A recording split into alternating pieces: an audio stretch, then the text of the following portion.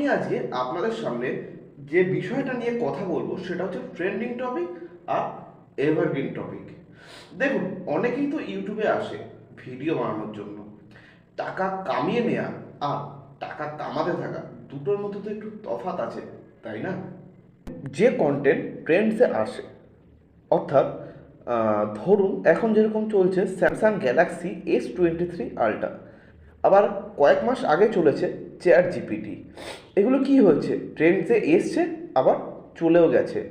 Instant view কিন্তু যাদের পাওয়ার তারা কিন্তু পেয়ে গেছে।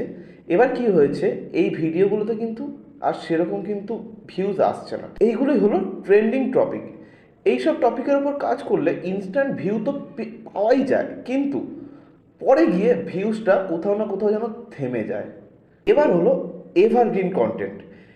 এইসব কন্টেন্টগুলো মাসের পর মাস কিন্তু চলতেই থাকে। আপনার চ্যানেল যত দিন থাকবে এইসব কন্টেন্টগুলো কিন্তু আপনাকে ভিউজ এনে দেবেই। যেরকম এই ভিডিওটা যেরকম নলেজেবল ভিডিও, ঠিক আছে?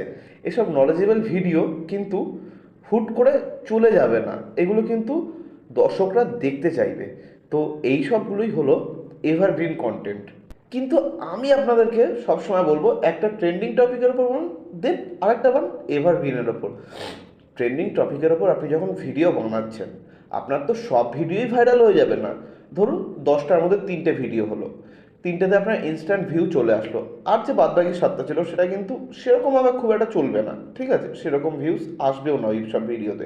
কিন্তু আপনার যে এভারগ্রিন কন্টেন্টগুলো আছে, সেই ভিডিওগুলো কিন্তু আপনাকে অল টাইম ভিউজ এনে দিতেই থাকবে। তো সেই জন্য দুটোকে মিশিয়ে বানান, তাহলে কিন্তু ব্যাপারটা খুবই ভালো হবে। দেখুন, যদি আপনার ট্রেন্ডিংয়ে নাও চলে কখনো কখনো, সেই সময় এভারগ্রিন এনে দিচ্ছে, আর এভারগ্রিন তো সবসময় চলতেই থাকবে। আর ট্রেন্ডিংয়ে যখন আপনি মোটামুটি 10টা ভিডিও দিলেন ট্রেন্ডিংয়ের পরপর, তারপরে দেখলেন তার মধ্যে দিয়ে 3টে ভাইরাল হয়ে গেল, সেখান থেকে আপনার যে ইনস্ট্যান্ট ভিউটা ছিল সেটা কিন্তু পেয়ে গেলেন, তাই না? এই ছিল আজকে আমার ভিডিওটা। যদি আপনাদের এই ভিডিওটা ভালো লেগে থাকে তাহলে অবশ্যই লাইক করে দেবেন, আর কমেন্ট করে জানাবেন যে ভিডিওটা আপনাদের কেমন লাগলো, আর সাবস্ক্রাইব করে আমাদের পাশে থাকবেন।